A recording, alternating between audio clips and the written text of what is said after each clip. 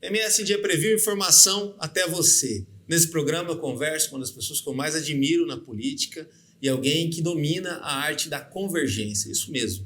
Para muitos que falam que a política é a arte do diálogo, de realizar as coisas, do entendimento, ele entende como poucos disso em Mato Grosso do Sul. Já trabalhou com gente de vários partidos diferentes, várias figuras expoentes do nosso estado, de grandes carreiras, esteve ali como mestre dos bastidores. Hoje ele também continua nesse trabalho e vive talvez o seu melhor momento de mais amadurecimento político. Fora isso, tem muita bagagem técnica e de trabalho por Mato Grosso do Sul, principalmente trabalho em comunidades carentes. Se eu fosse você, eu ficava no vídeo para ouvir essa conversa com o Marco Silva, administrador.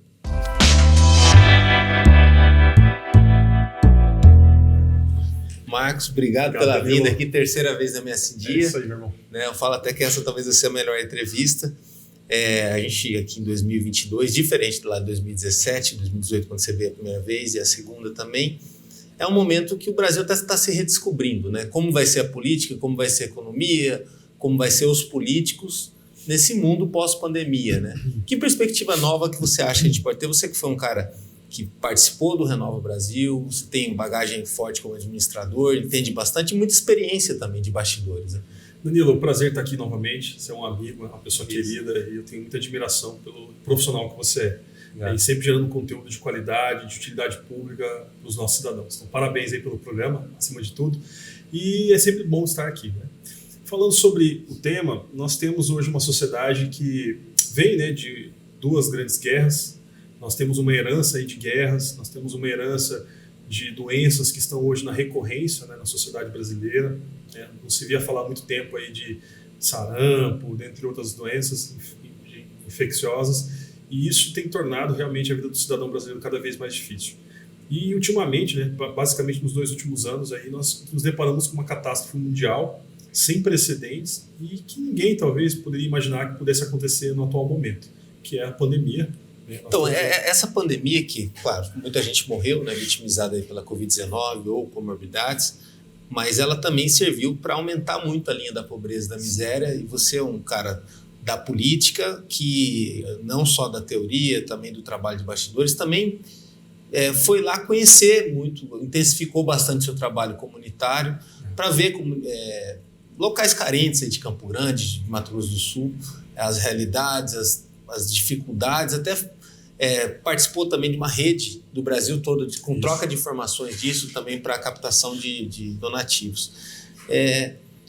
O quanto que a gente acabou retrocedendo em termos sociais nesse período de Brasil de polarização e também com esse tranco na economia que a gente teve com a pandemia? Exato. Então, como eu vinha descrevendo, a gente está vivendo algo inusitado, algo que realmente não estávamos preparados para isso.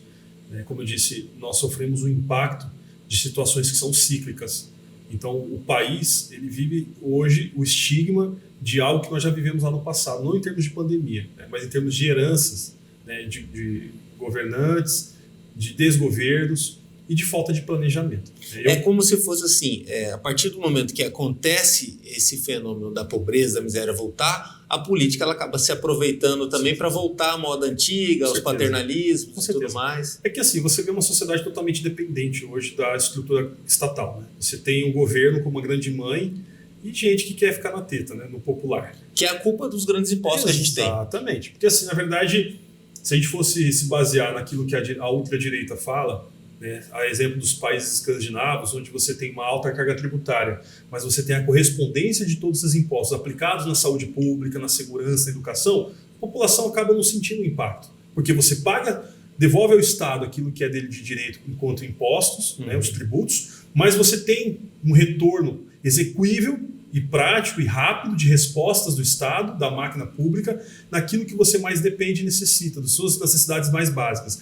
E ao contrário disso, o Brasil ele vem já há muito tempo, né, nessa herança maldita de que o custo Brasil, que é o que nós denominamos de tudo aquilo que a máquina estatal arrecada, né, para depois fazer o subsídio de tudo aquilo que nós gastamos. Então o custo Brasil é todo o somatório dos gastos, deduzindo daquilo que se arrecada. E você é um dos caras que mais defende aqui no estado de Mato Grosso do Sul que a máquina pública seja menor, assim, para que também a gente possa ter mais inclusão social e menos desigualdade. Agora, você citou os países escandinavos, lá não tem tanto escândalo de corrupção como aqui, e no caso o poder público não é dono de fábrica de camisinha, por exemplo, como acontece aqui no Brasil. Além da gente ter que diminuir isso, a gente também tem que qualificar os políticos. Você que participou do projeto gigante aí do Renova Brasil, que é uma visão de qualificar pelo menos o que é renovado, né? Porque os velhos políticos é difícil eles se reciclarem, eles estão no poder, tem ganho econômico forte, né? E permanecem, né, com grande facilidade, né, cada eleição. O grande aspecto que você fala, né, quando a gente se assemelha, a gente vai buscar um espelhamento, né, o benchmarking de países que são bem-sucedidos naquilo que se arrecada, aquilo que se aplica para ter uma qualidade de vida maior e melhor, né, no qual a gente pode se basear através do IDH, né, que é um índice que faz a oferição de como que é a qualidade de vida de um território. O Brasil ele ainda está muito acima de muitos países, mesmo com as decadências, com tudo aquilo de desgoverno, de desorganização que existiu ao longo dos últimos 30 anos, digamos assim. Por conta da produção. Por conta justamente que é um país gigante, nós somos hoje o maior produtor, o celeiro do mundo, né? Um dos maiores produtores de commodities, os maiores exportadores de grãos para o mundo. E nós estamos aqui hoje ainda naquela herança maldita do coronelismo, né, de tempos atrás, onde as pessoas realmente se asseguram no paternalismo do Estado. Aquilo que você vinha falando, as pessoas se acostumaram a depender de benesses do governo. Eu me acostumei a depender de um cartão, de um benefício, mesmo sabendo que eu tenho saúde, vigor e capacidade intelectual para buscar um meio alternativo de subsistência, que seria através da educação. E aí, falando de educação, se você me permitir, para mim, e eu acho que você também, uma pessoa que já é entendida, né, do contexto de sociedade, e analisando todo a história cíclica da humanidade, não existe avanço de uma população sem que a sua base estrutural esteja pautada na educação. Então nós temos que nos preocupar hoje com as nossas gerações? Não. A nossa geração já está em vigência de sucessão dos poderes. Nós temos que nos preocupar com nossos filhos, com a geração que está vindo aí. Qual é o nível de educação? Eu discutia com você agora há pouco, né, nos bastidores, sobre qual é a matriz educacional do Estado brasileiro, ou seja, o país, enquanto nação, ele está preparando como a sua juventude, né, os seus sucessores. A matriz da nossa educação, ela é pautada nos anos 90.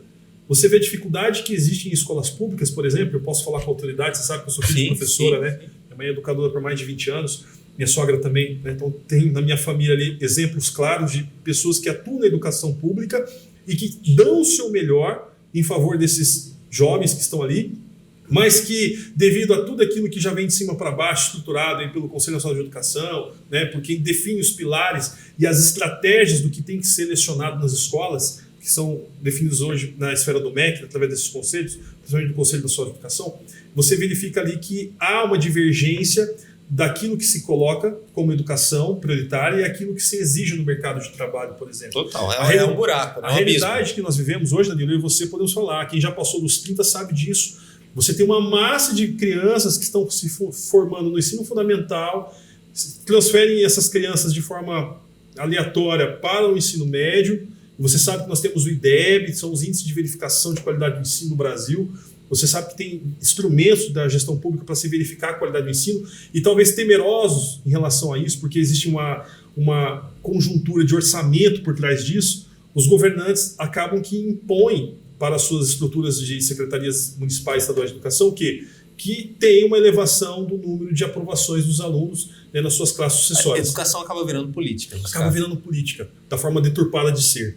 E aí a gente acaba vendo que uma massa de jovens que estão se formando no ensino fundamental, no ensino médio, chegam totalmente defasados, desorientados para o ensino superior. Aí ele não tem ali o mínimo de entendimento de qual é a sua vocação para o mercado atual. Por exemplo, se ele mora numa área rural, ele já deveria estar preparado para uma área que tenha convergência com aquilo que ele sabe fazer, ou que ele tem aptidão para fazer, em decorrência do contexto de zonamento que ele vive. Se o zonamento econômico dele permite a área de agronegócio, por que ele vai fazer uma formação ou um curso técnico que seja numa área que não tem nada a ver, que tem correlação com a indústria, por exemplo? E está totalmente desfocado daquilo que ele teria como facilidade de abertura de postos de trabalho na localidade onde ele reside. Daí tem a consequência que nós vemos aqui no Mato Grosso do Sul, é crescente isso, eu tenho percorrido o estado e verificado isso, o êxodo rural. Nós temos vários jovens que migram de cidades menores, cidades que não têm polos educacionais, para a capital ou para as cidades... Já para estudar. As cidades satélites para estudar. E quando chegam lá, às vezes também não acertam na questão da vocação profissional, porque estão desorientados, porque já vem de uma base fraca, enfraquecida, e aí que se tem todo esse discurso, né, de você falar que os filhos dos ricos, eles têm um privilégio porque eles estão em escolas que já preparam esses jovens desde a fundamentação, desde o ensino fundamental, desde a base. É muita questão da oportunidade. A oportunidade. Então, se o cara está lá, e eu tive a oportunidade com 15 anos, você sabe, eu já falei para você em outras oportunidades que eu fui mirim aqui na capital, e o Instituto Mirim, para mim, é um projeto que deveria ser estendido com plano de governo de Estado, porque quantos são os jovens que tiveram a oportunidade que eu tive, de com 15 anos você já sair formado, capacitado para o mercado de trabalho. Com 15 anos, Danilo, eu tinha carteira de trabalho assinada. Eu já sabia o que era um ambiente de clima organizacional. Que é fundamental, eu né? fiz um trampolim para banco, para a área de consultoria, isso tudo me impactou na escolha da minha formação acadêmica, que, resumindo, chegou até, né, o ápice aí da minha carreira profissional, exercendo função pública, exercendo... É isso que eu queria entrar. Né, você falou de política de Estado e no teu currículo você chegou a ser secretário de Estado de Juventude, era uma pasta que estava começando, é melhor ter do que não ter, mas ao mesmo tempo precisa-se de mais estruturação para pastas assim, né? E essa dificuldade de continuidade das coisas é um grande dilema, porque para o jovem, né, quando fala política para o jovem, o que é política para o jovem? Até para as pessoas em geral saberem, né? E assim, ela é cheia de necessidades. Você teve pouco tempo à frente da pasta, é uma pasta que geralmente não fica um secretário os 4 anos, né? E isso, o que eu estou falando, influencia totalmente na questão do orçamento. Totalmente. Quanto mais entender a importância da pasta, mais vai ter orçamento e mais a gente vai tratar do futuro do Mato Grosso do Sul, futuro do Brasil, né, nas pastas de juventude. Como eu disse agora, né, o foco principal dos agentes públicos deveriam ser a qualidade do ensino da nossa população. Eu falo da nossa população brasileira, né, de modo geral.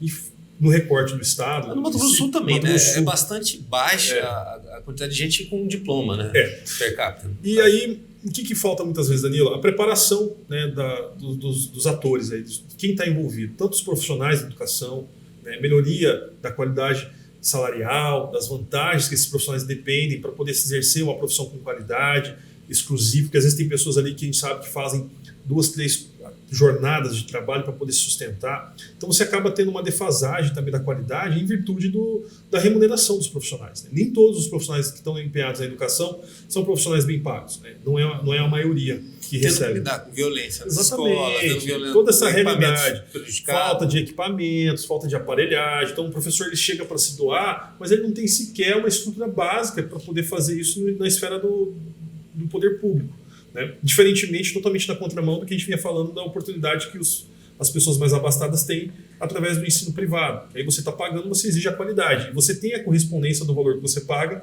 naquilo que você está usufruindo. E a gente falava até sobre a questão da má distribuição de carga tributária, dos impostos, porque a gente paga realmente o imposto para ver na ponta a realidade sendo transformada. E embora tanto o governo federal quanto o governo do estado eles se empenham nisso, né, de melhorar a qualidade do ensino e tudo mais, ninguém quer fazer feio, né? Mas é nisso que eu vou entrar. A aparelhagem das estruturas, mas eu vejo assim, temos que modificar um pouquinho essa leitura de como que está sendo lecionado o conhecimento hoje nesse ambiente escolar, principalmente na esfera pública.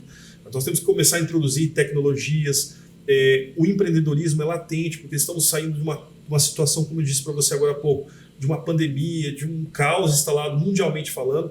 Se o jovem não estiver ali preparado, qualificado para o mercado, tendo esse viés do que é ser empreendedor numa situação de crise, onde ele teria que empreender, não talvez por desejo, mas por necessidade, por uma complementação da renda familiar. Então, se o governante não tiver um viés focado nesse viés de aparelhar as famílias através da educação que é libertadora, e tanto a qualificação do ensino básico, mas também da qualificação profissional atrelada a isso, que é possível de você fazer, né? Você tem escolas técnicas, você tem a formação do Sistema S, que está totalmente convergente com a realidade que estamos vivendo. Se não fizermos isso atentamente, nesse momento que estamos vivendo, é muito difícil se reverter a situação que nós estamos falando aqui, em termos nacionais e principalmente no Estado. Em médio e longo prazo. Médio e longo prazo, porque você não vai ter uma geração de sucessores, da nossa geração, por exemplo, aptos a desempenharem um papel de retomada do crescimento, de estruturação da sociedade. Primeiro, e é uma geração que ela tem que fazer o futuro dela, diferente de outras gerações anteriores que conseguiram com milagre econômico, outras questões, ter prosperidade e adquirir bens, né? Como a gente diz, sociedade cíclica, né? A gente vê a história se repetindo. Esse momento que nós estamos vivendo é um momento como se fosse equivalente a uma guerra. Você tem as 2 primeiras guerras, né? talvez nossos bisavós, aí, tataravós passaram por isso. Como que é para você retomar uma sociedade pós-guerra? É a mesma situação que o Brasil está passando por hoje, né? Estamos vivendo esses últimos dias de necessidade extrema de alimento, de você ver o pai de família ter dificuldade de colocar o alimento na mesa, até poucos dias atrás o combustível lá na estratosfera, né? Por questão da ocorrência da alta carga tributária. Aí você vê o esforço hercúleo do governo federal tentando diminuir as alíquotas de impostos, o governo do estado acompanhou também. Então, eu acho assim, hoje exige muito dos nossos representantes, sejam eles no Poder Legislativo, Executivo, até do Judiciário, uma performance totalmente arrojada, sabe?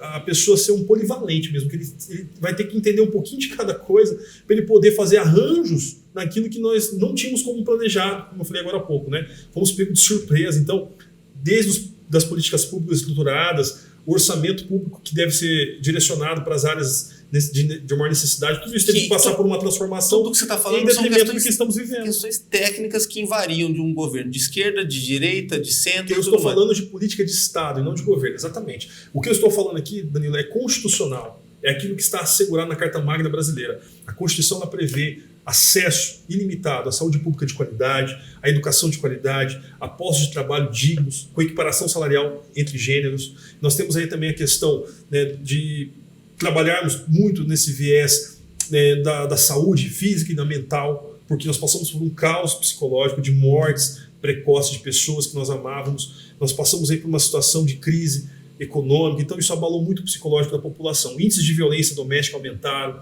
violência contra a mulher, contra a criança, abusos sexuais. Então como que você lida com uma sociedade onde tem um caos instalado, que eu falo, que se assemelha a um pós-guerra? Você tem que ter planejamento. Eu sou administrador de formação, então nós sabemos que a prevenção é o que tem salvado muitos governos aí. E aí vou citar o Mato Grosso do Sul, né? Eu dou os parabéns ao governo Reinaldo, porque embora muitos criticam a austeridade fiscal do Mato Grosso do Sul nos últimos anos, tudo bem. Mas sem isso, talvez ele não teria suficiência financeira própria, dotação própria orçamentária no caixa, para subsidiar todos os seus compromissos financeiros, que hoje ele consegue colocar em dia os salários, paga as estruturas, né, que nós temos aí da segurança, da educação, da saúde. Então, há de se discutir sim a reforma tributária, nós temos muito que avançar nesse aspecto. Eu sou defensor da diminuição de impostos, mas também há de se discutir a responsabilidade fiscal, a responsabilidade dos governantes e a gestão pública efetiva. Quando eu falo efetiva, é ser eficiente e ser eficaz, ou seja, fazer a coisa certa da melhor forma possível. Aí que eu quero chegar, eu acho que deve ser o momento do corte agora da entrevista, viu, Guilherme? Então, para ficar atento nisso aqui, a gente assiste de novo as entrevistas e para tentar achar o corte. Essa entrevista vai ser até bem difícil de achar o corte. Agora eu acredito que seja até um momento legal para corte. Na tua trajetória política, você chegou a trabalhar em bastidores de gente como Delcídio, Rose, André Puccinelli, né, na pasta da Juventude, o Herculano. Hoje você está vinculado a Republicanos, que fez um excelente trabalho no nível nacional no Ministério da Indústria e Comércio, né, e já passou também pelo PSL e tal. E hoje vive uma escolha e uma identificação talvez maior até do que antes com relação a correntes políticas. As pessoas hoje em dia, acredito que você está no meio de uma campanha política acompanhando aí um candidato, que é um candidato fortíssimo, elas ficam tentando categorizar a política. A esquerda, a direita, está ligada a Bolsonaro, está ligada a Lula, está ligada ao Ciro, isso e aquilo. Mas a política de Estado ela não precisa ter bandeira, ela não pode ter bandeira. Hoje, mais maduro, mais experimentado, mais ciente de várias coisas da política, no âmbito técnico, no âmbito econômico, de preparação, inclusive vendo também essa realidade dura de quem não tem, às vezes, um prato de comida, né? Porque você faz trabalho social e faz de verdade, acompanha em loco as coisas. A política de Estado, ela está mais próxima do pensamento de direita brasileiro ou do pensamento de esquerda, ou aquele próprio pensamento de centro-esquerda, ele passou a ser pulverizado por essa polarização que a gente vê hoje em dia, né, que é o que você falou da política dos anos 90. Hoje é quase impossível um candidato dessa linha ter sucesso. Danilo, vou fazer uma brincadeira aqui. Acredito que o viés da política de Estado, a essência da política de Estado está atrelada a uma conduta ambidestra. Ou seja, nem direita nem esquerda, mas uma conjuntura de convergência entre ambas as forças. Como dentro de uma empresa na governança. Ambas as forças. Então, se você pega o governo Fernando Henrique, tivemos aí um grande avanço na área de projetos sociais e programas sociais. Logo em seguida, o governo Lula e o governo Dilma deram sequência, modificando apenas pequenas questões de ordem estrutural e nomenclaturas. E no governo da direita do Bolsonaro, você vê a mesma coisa, dando sequência e modificando apenas estruturas e nomenclaturas. Então, se essa política estivesse errada, nem direita nem esquerda teria executado. Então, ela é uma política certa. E por que ela é uma política assertiva? Porque ela é uma política de Estado. É uma política que trabalha os deveres constitucionais do Estado brasileiro, de garantir, de prover para a população aquilo que é mínimo, né? O mínimo necessário para sobreviver numa sociedade como a nossa, uma sociedade que vive a vigência de um Estado democrático de direito.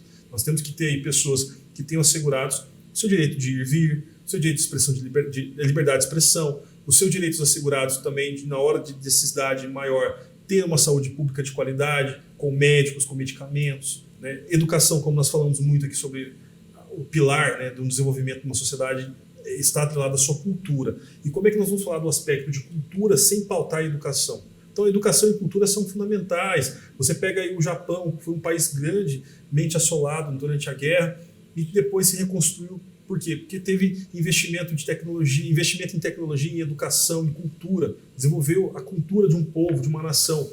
Você vê o Estado de Israel, é um Estado cercado, sitiado de adversários, né? E mesmo assim investem muito em tecnologia, em educação, e são países aí que sobrevivem, que se desenvolvem baseado nesses pilares. Então nós temos que copiar assim, os bons exemplos, né? Os modelos que dão certo nos outros países. E a política anticorrupção, ela deveria ser mais uma política anticorrupção, ela é a aplicação máxima da Constituição, porque você tem que ter ali o que são os pilares da gestão pública: transparência, economicidade, né? Publicidade, você fazer mais com menos, impessoalidade. Então você tem ali o regulamento todo de compliance na Constituição, cara.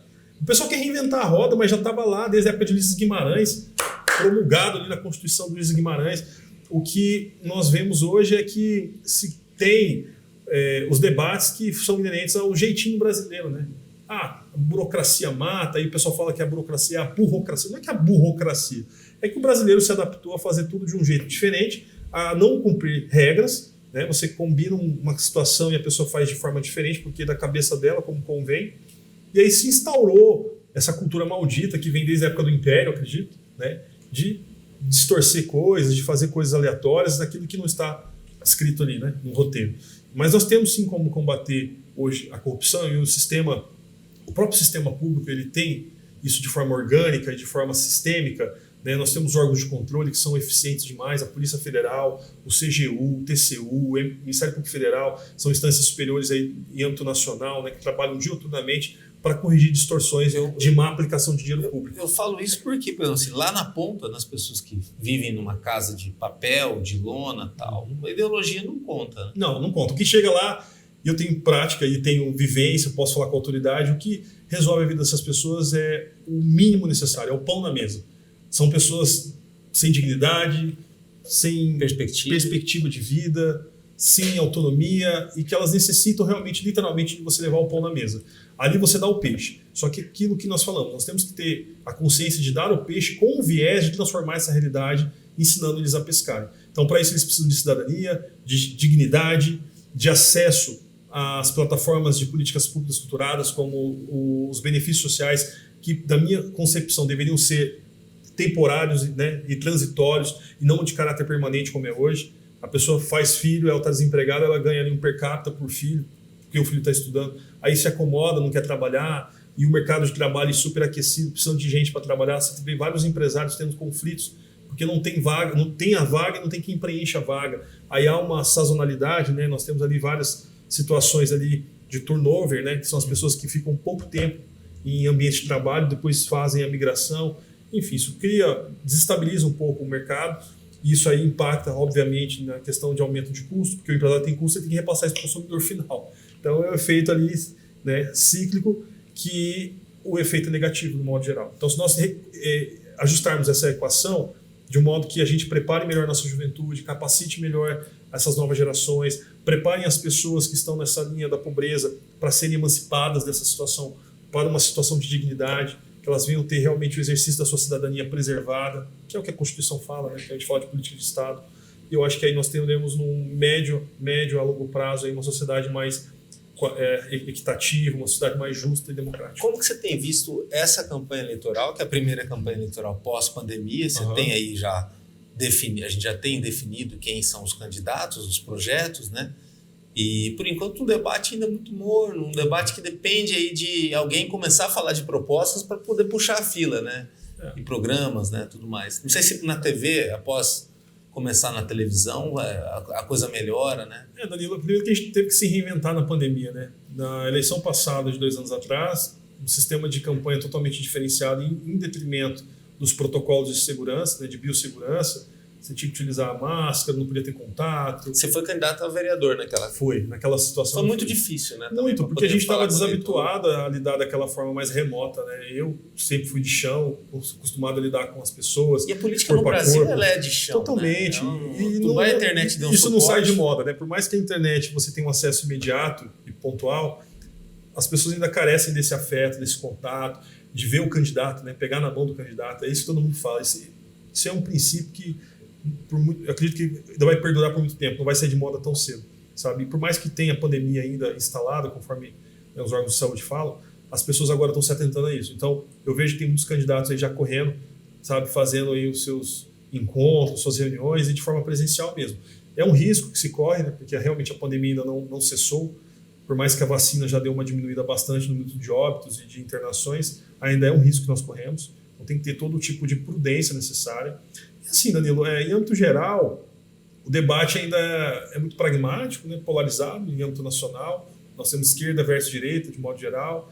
O estado do Mato Grosso do Sul é um estado tradicional, né, um estado que tem muito forte suas raízes culturais, né, a família tradicional, enraizada na nossa cultura da política do estado. Então, nós temos aí pessoas que assumiram o governo do estado em anos anteriores que são elogiados porque governaram mais a favor do servidor público, outros que aparelharam mais o Estado, desenvolveram o Estado com obras, né? Então você vê o dinamismo que é essa situação. Aí você pega o governo atual, que, como eu disse, teve que trabalhar de forma com austeridade fiscal, mas com uma certa responsabilidade para não deixar o Estado endividado, não falhar nos seus compromissos de responsabilidade fiscal. E agora nós temos um dilema, né? Que o próximo governante do Estado ele vai ter que equalizar as nossas dívidas, né? As dívidas do Estado. Quando eu falo dívidas, aquilo que nós vamos produzir, né? Não que o Estado esteja endividado, mas ele vai ter que fazer caixa e, ao mesmo tempo, ser um governo social. Como eu disse, nós estamos aí vivendo ainda os efeitos, né, pós-pandemia. Então, o pós-Covid deixou uma herança maldita, que é desemprego em massa, pessoas aí que perderam, às vezes, a casa, tinham o marido e a mulher trabalhando, hoje só tem uma pessoa trabalhando para sustentar a casa. E, no caso do Brasil, você fez parte disso, uma rede de colaboração do país todo para ajudar pessoas que estão em dificuldade, muito bom. De transporte até de máscara, de alimentos. Como que anda esse trabalho hoje? Muito bom você falar isso. Na verdade, o terceiro setor é muito necessário, né? Ele sempre existiu, né, Danilo? E você vê que no governo Fernando Henrique, a primeira-dama, a dona Ruth Cardoso, ela sempre foi muito pontual nisso. Ela que, através da autoria dela, né, que se iniciou o trabalho das OS, os CIPs, o sistema de terceiro setor foi muito priorizado naquele governo, né, naquela época da gestão do Fernando Henrique Cardoso. Como eu disse, depois os governos seguintes aprimoraram e hoje nós temos essa realidade que é tão importante, porque é aquilo que realmente é de competência do Estado prover, mas nós sabemos que fica muitas vezes só no papel, né, só no PPA, não se aplica na sua totalidade. E aí o terceiro setor ele entra como um agente estratégico e pontual para se fazer um trabalho de complementação daquilo que o Estado não tem perna para dar sequência. E aí nós vemos uma prática que é em todo o território nacional, das emendas parlamentares, né, dos nossos deputados federais, senadores, os deputados estaduais, os vereadores que fazem suas contribuições de emenda justamente para dar cobertura naquilo que o cobertor estatal não foi capaz de cobrir.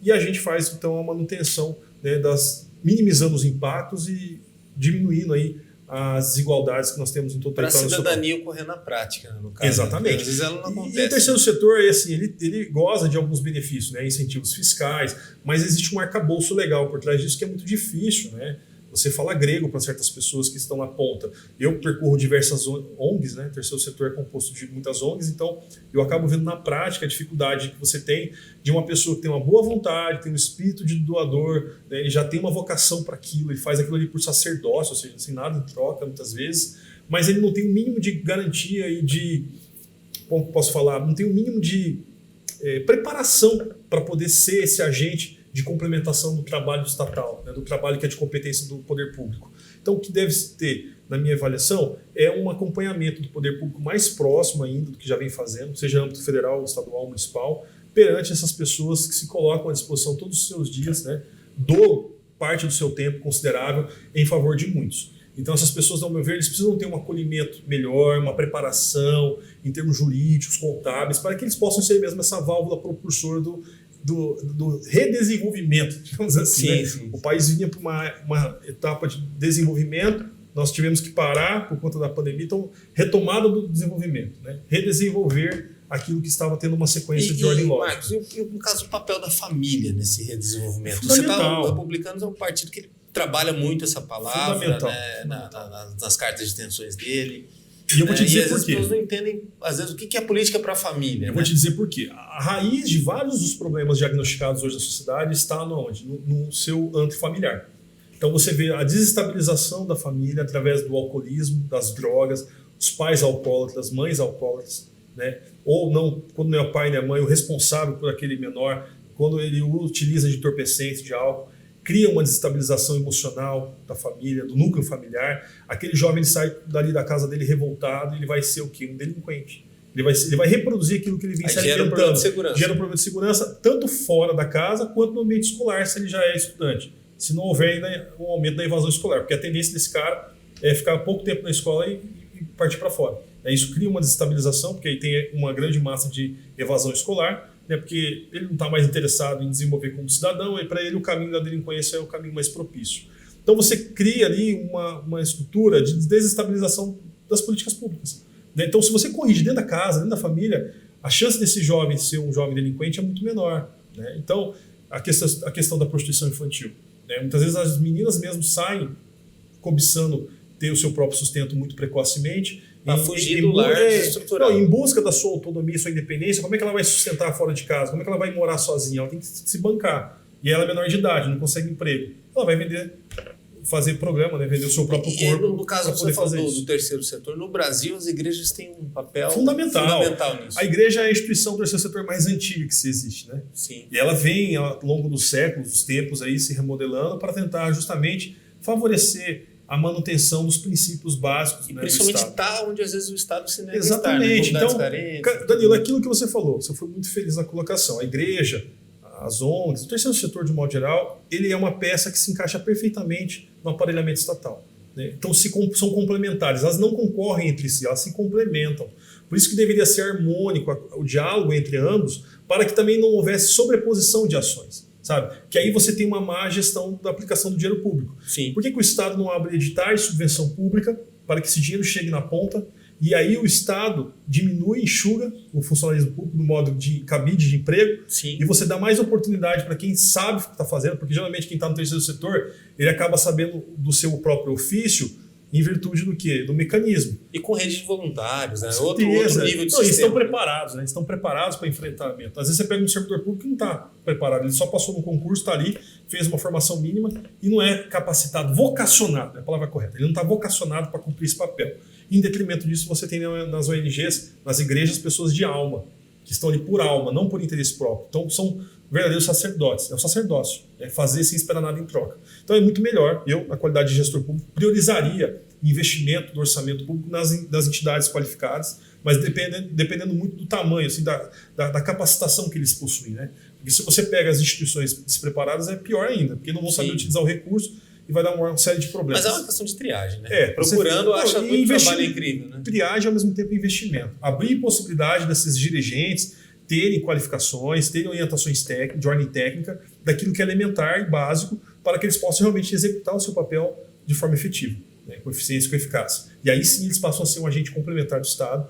E aí a sociedade dos sonhos, né? A gente viver numa cidade harmônica, mas a gente não está muito preparado ainda como sociedade para entregar esse tipo de é um processo, né, Danilo? É um processo. Né? E está atrelado àquilo que a gente vem falando desde o início do programa. Reclama do governo, mas exige do governo que o governo faça tudo, né? Mas assim, as pessoas também não querem doar muito, né? A gente cobra muito, e de fato tem que cobrar, mas pouco se faz também em relação ao voluntariado, a cidadania, ao civismo. Entendi. O futuro do Marco Silva, que tem tantos projetos para trás, hoje em dia está ligado, claro, ao processo eleitoral. O processo eleitoral é curto, né? Depois disso, o que você pretende, o que você planeja? Você que tem tanto a contribuir para a política, né? e no caso para o poder público, a gestão, Danilo, ou até empresas, né? Pela experiência que você tem. Sim. O que muda, né, é que na verdade agora eu sou um homem casado, né? Pai de família, tenho uma filhinha, e a gente tem que mudar um pouquinho a concepção da nossa vivência do dia a dia em detrimento das nossas obrigações enquanto pai de família.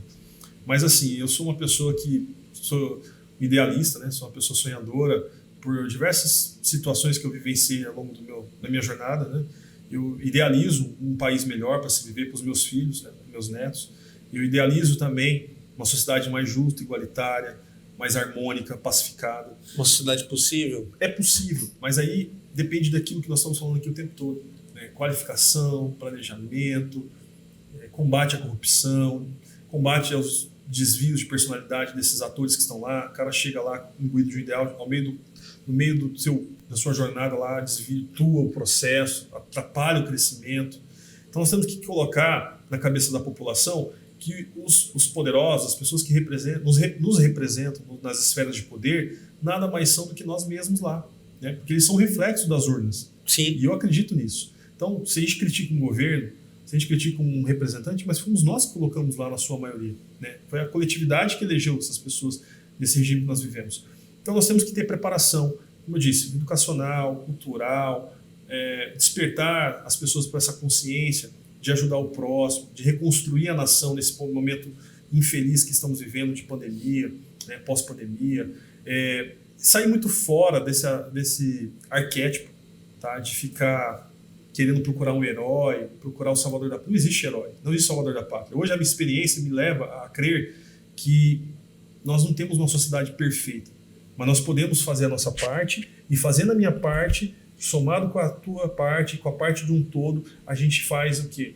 Uma diminuição das desigualdades, das diferenças, onde termina o meu direito, começa o seu. Então nós temos uma reciprocidade de respeito, de entendimento, né, mútuo, e isso faz com que nós vivamos em uma sociedade mais fraterna, mais colaborativa, né? E a união vai fazer a força. Então eu creio que os princípios mesmo do meu partido, né, vocês estavam sobre republicanos, ele prega sobre a família, sobre os valores cristãos, mas não é só porque é cristão. Mesmo a pessoa que não tem a fé pautada no cristianismo, ela pode viver em sociedade de forma harmônica, respeitosa, respeitando as diferenças, sabe? Entendendo sobre os seus deveres. Fraterna, né? Você falou essa palavra, eu acho que é fundamental, porque é dali que nasce o voluntariado, é dali que vai nascer. Mas tem que ter o despertar da consciência, né, Danilo? Isso, e o despertar da consciência, ele não vem por um acaso, ele é provocado.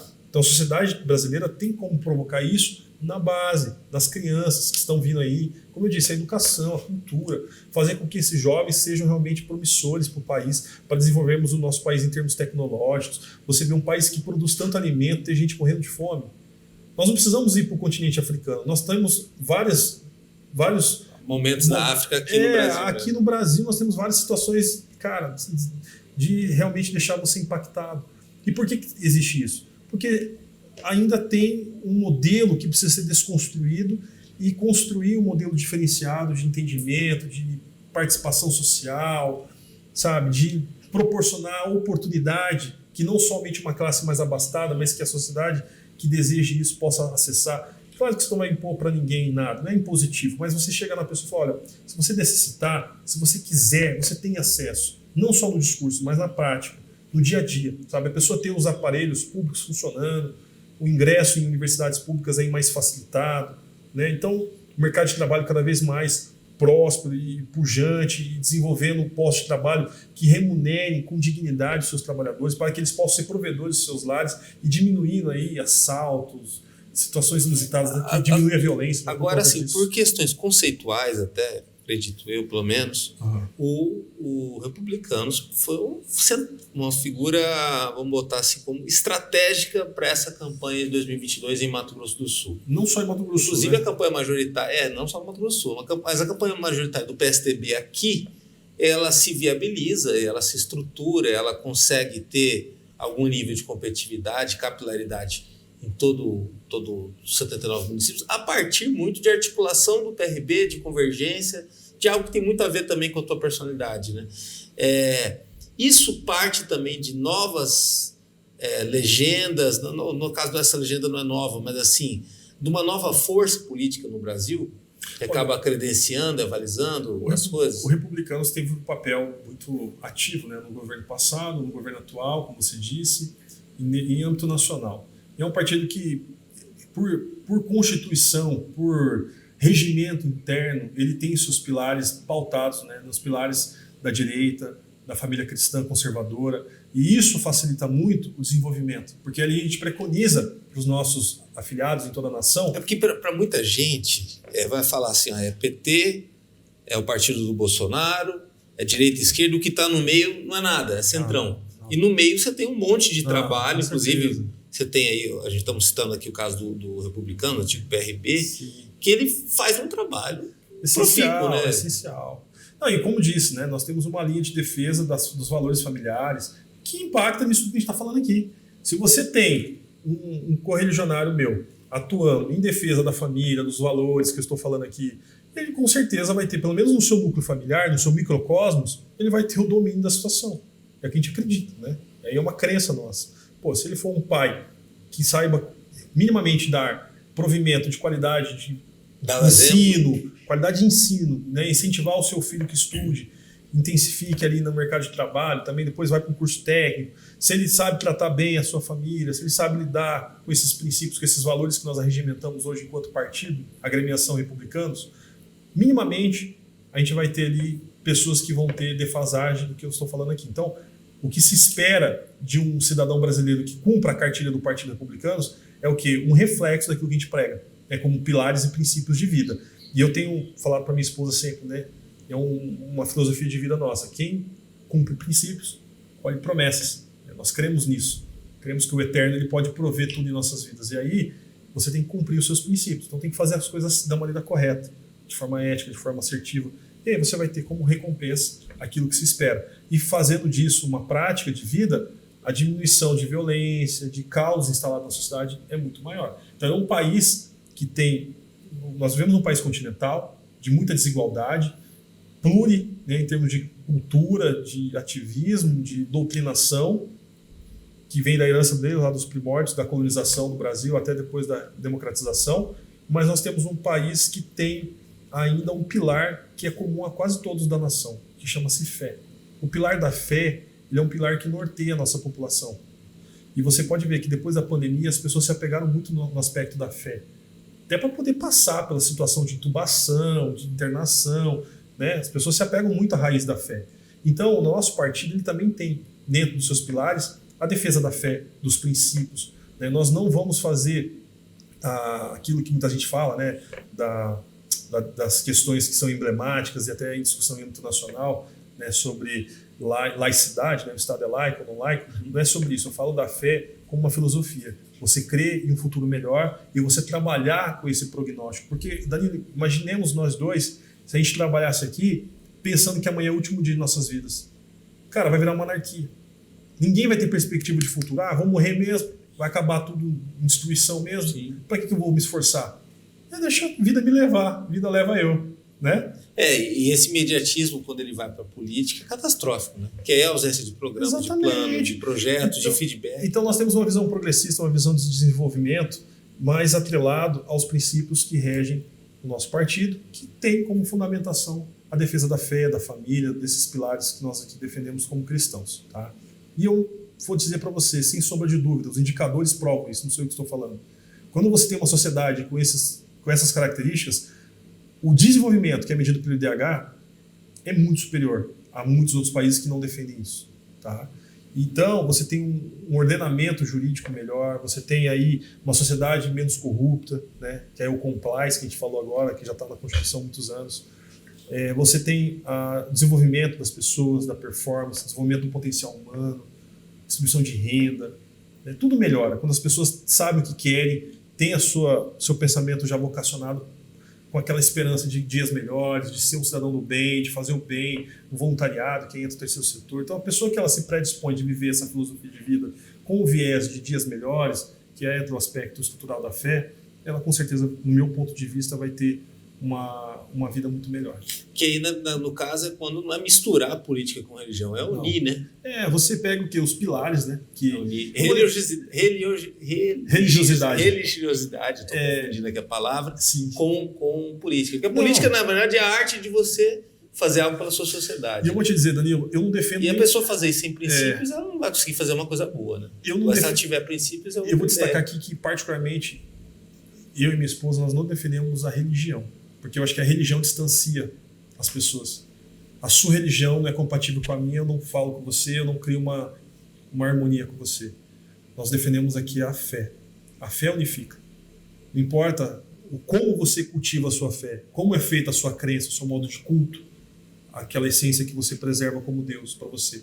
O que importa não são as nossas diferenças, mas sim aquilo que nos une, que é a convergência. Sim. E aí, nesse aspecto, nós estamos todos iguais, somos irmãos, e estamos aqui irmanados para o mesmo fim, que é trabalharmos com uma sociedade melhor, estruturada em políticas públicas, estruturada em pilares, em princípios de vida que vão levar ao desenvolvimento. Um Mato Grosso do Sul, um Brasil melhor, sendo convergentes. Convergentes. É o caminho que eu trilho, é o caminho que a gente entende hoje, né, pela experiência que passamos em diversos eixos e passando por diversas dificuldades, situações de adversidade, a gente entende que é um mecanismo que funciona, é prático, execuível.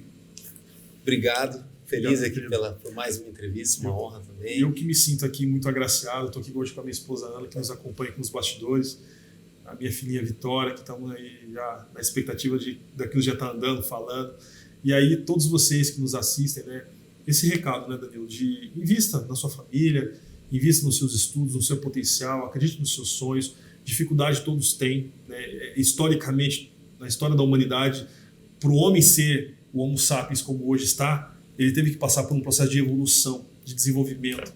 Aí entra Darwin falando, né, do mais forte, que se adapta, enfim. Mas independentemente disso, dessas filosofias de crenças, de dogmas, nós entendemos que existe um Deus, né, independentemente da fé de cada um, e que zela por nós e que espera que nós venhamos a corresponder àquilo que ele depositou de crença em nós, que é o nosso propósito de vida. E é tão infeliz uma pessoa que vive sem propósito, né? É uma pessoa que vai viver, ela não vai viver, ela vai existir, mas no final ela vai ter olhado para trás e falar: o que foi a minha existência? Não valeu de nada. E eu entendo que hoje nós temos que viver pensando em deixar um legado, olhar para trás e falar: eu deixei esse legado por onde eu passei. E aí sim eu tenho um senso de propósito realizado. Você que acompanhou essa entrevista pode também conferir outros materiais da MS em Dia, é só ir lá em www.msendia.com.br. Também dá uma conferidinha lá nas redes sociais, no YouTube, no Facebook, no Instagram. Até a próxima.